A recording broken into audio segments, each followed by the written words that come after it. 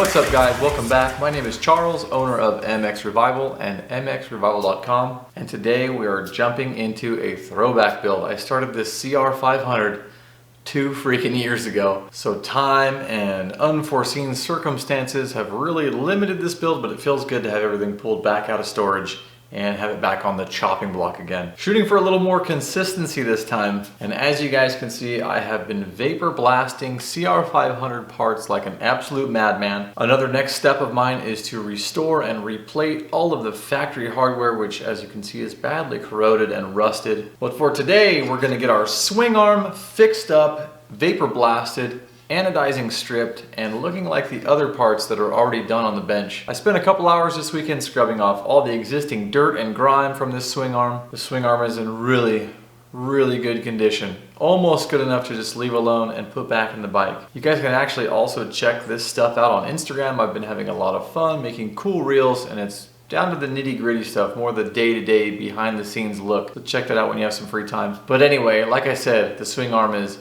almost perfect enough to be back on this build, and it's just not. There are a few little things driving me nuts. It's got a few hazy spots. Maybe you guys can also see in that Sharpie mark, we're losing some of the anodizing. It's a little light gray, it's a little dark gray. You can kind of tell the anodizing is coming off. And even though nobody will know, I cannot stand to knowing that it is the way it is. So today we're gonna fix it. Besides, when we're done, it's gonna look gorgeous, just like all the other parts we've already done, and especially awesome inside of this freshly white powder coated frame. So one issue that comes up when you want to vapor blast a swing arm, I already mentioned it earlier, it's anodized. And so we have to remove that anodizing first. If you take your swing arm and stick it straight into a vapor blaster, you're going to wish you were never born, and by the time you're done, you're going to need a replacement set of knees. You will have stood there for hours and hours, probably a couple days. Vapor blasting alone is just too gentle to scrub the anodizing off of these swing arms. You could throw your swing arm into a dry blast cabinet, and then you can really crank up the PSI and really dig into the metal with a heavy abrasive media. The problem with that is it's usually a lot of work, aka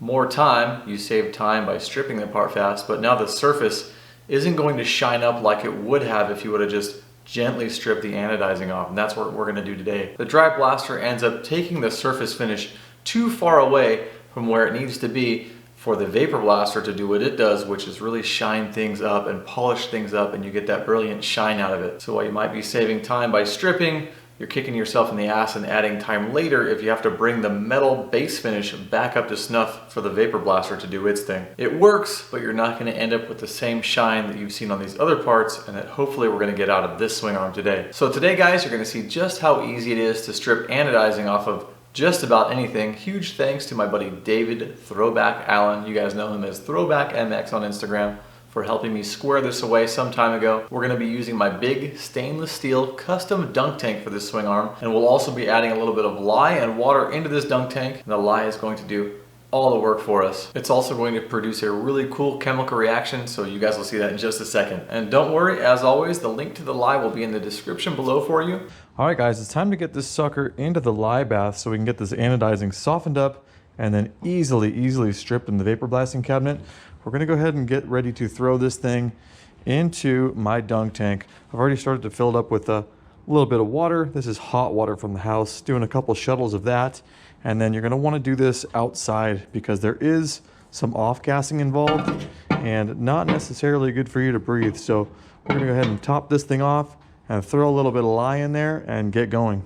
Let's get this thing outside in a well-vented area. So here's the stuff. We're using this pure lye. Again, this is linked below for an Amazon link for you guys. So far, there is no real exact science. I will just start with 1/3 of a cup, and that's usually all it takes. And I've done a couple swing arms in the same batch of a lye bath before. A little bit more hot water. We got a pretty good blend of hot and cold water right now, a nice warm bath. And you really want to avoid skin contact with this stuff. If you get it on your skin, you'll feel kind of slimy. That's how you know you need to get it off. And then if the water height is right, we just need it to submerge and cover the swing arm. Oh, we just need a little more water here. We can just kind of let it set in there and do its thing. As an added bonus, we're also going to throw these in there. I recently took off all the casting flash, or forging flash, as I was recently corrected. That's just the line from the process of making the part. So I buzzed that off with some of Cameron's Prime MX pads, and it has a little bit of, let's see, a little bit of what looks like either paint or anodizing. So we'll throw it in there and see what happens. I need to finish blasting it anyways. In you go. You can kind of already see a little bit of black starting in here, and it's going to start loosening up the anodizing. This thing is pretty much empty too, so maybe we can get it up to just under a half cup. No, not even. Pretty much a third is all we had. And there we go. We're getting a little bit of conversion. You guys can see the smoke happening in there, and it's actually right where all the lye directly hit the swing arm. So pretty intense. It works right away when it's heavily concentrated. I should probably stir that. Yeah, check that out where it's sprinkled in. Pretty intense. All right, let's check on this thing. Oh yeah, we got some action.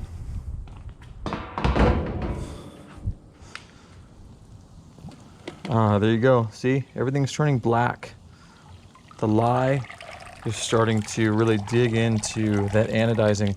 We'll give it a few more minutes and see if it continues to strip. Water's still nice and warm, but not hot. Let's check the clamps. Oh yeah. So that wasn't paint. That was anodizing as well. It basically, let's see if we can check that spot right there. It'll just rub off. So definitely anodizing. These are pretty much ready to blast. So we'll check these out. We'll throw them in the blaster, see what we can do. Give this guy some more time to soak.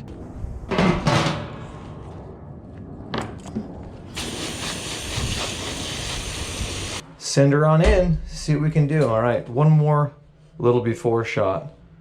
See how this turns out. Bam!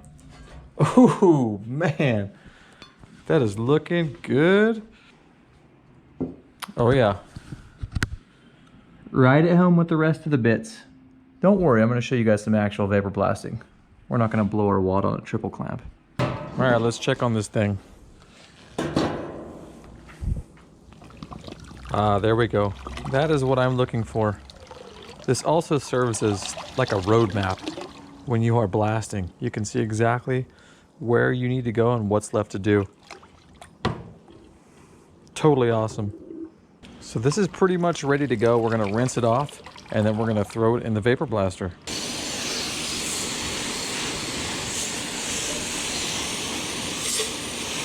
All right, so there are a few more steps we need to do before we actually throw this in the vapor blaster, one of which is plugging all of these holes. I'm using these high temp silicone plugs for powder coating. I'll leave a link below for you guys. And the 500 has some pretty peculiar sized plugs. Usually the holes in swing arms aren't this big. It's usually limited to smaller things like this, like the holes for your brake line guides. So if you guys are going to throw out your old hardware anyways and replace it, you could use those and thread them back in instead of plugs. But sometimes you don't have the option to thread stuff in, so that's what the plugs are all about. Also up here where the bearings go, sometimes there's a hole that goes into the swing arm from the center here. This way, you'd want to throw some duct tape in here to make sure bead couldn't get down inside the swing arm. These black size plugs always fit the best in these holes. You can even spin them in and they catch the threads and start to bury themselves. But overall, pretty cool, right? We can see exactly where the anodizing needs to come off. Now here's a good example of using the hardware. Back here, I'm gonna have to replace these. These are too small to replate and they're also really common. So even though they're OEM Honda hardware, I can get something real similar at the hardware store. So I'm not really concerned about them going into the blaster. For now, they're just gonna serve as nice little plugs to keep the bead out of the swing arm. And if you've done this 1,000 times, you even keep bolts around just for plugging holes in the vapor blaster. Definitely a good way to save some money on the plugs if you have hardware like this laying around. Carburetor screws, the ones that hold your float ball on, work really good in these swing arm brake line guide locations. Same with the slider. And then some random bolts for the back here for the axle adjusters.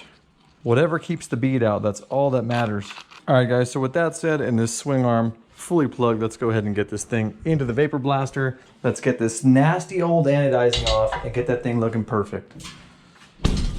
So guys, when I vapor blast, I'm technically doing a 4-step process, and I'll break it down for you real quick so you can try it yourselves. It works amazing. I like to start at 60 PSI and really get close and strip everything I can. This of course leaves blast lines when you're blasting close range like this. Imagine pressure washing your driveway or your fence and seeing all the lines in it when you're done. Just atrocious. Not okay for a build. Your neighbor's fence maybe, but not your bike build. So to combat this, I'll use the same 60 psi and I'll back the gun back 6 to 8 inches and I'll start sweeping the part for several minutes, and this is a blending phase.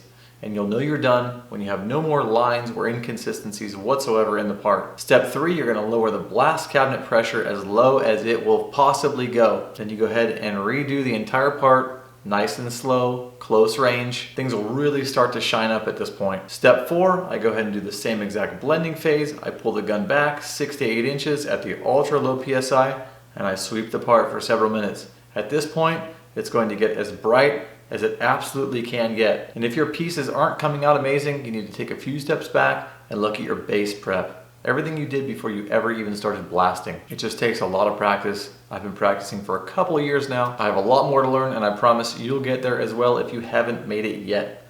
All right, guys, I've been blasting for the last 3-4 hours. Yes, it absolutely takes this long. Are you ready to see it? Are you sure? All right, guys, how did we do?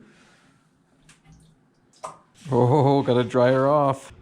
Well, guys, I am happy with that. It came out so good. It looks awesome, matches all the other pieces.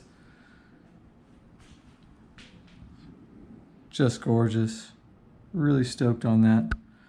The reason it takes so freaking long is because you have to be really thorough the first time, or you end up just going back and forth. By back and forth, I mean blast lines. You really have to get everything blended before you go to the next phase of polishing. Got the other side. Everything just came out absolutely gorgeous. So shiny, so smooth. This is going to look absolutely sick back in that frame. That is just a good looking stack of parts and carbon fiber, let me tell you. So guys, the swing arm came out tits. I can't throw it back in the frame quite yet because you already know I need to restore the swing arm main pin in order to mount that sucker back in the chassis. So I guess that just means you're gonna have to keep following this build series. And that will actually be the next CR500 drop. We're gonna jump into the hardware. We're gonna start stripping, refinishing, replating, and then reinstalling some of that nasty old OEM stuff. It's going to look better than new. And so for now, be sure to check out this super old and probably pretty embarrassing playlist. It will get you completely caught up on the entire CR500 build so far. And as always, I appreciate every single one of you guys. Thank you so much for watching, and until next time, shred safe, and I will see you soon.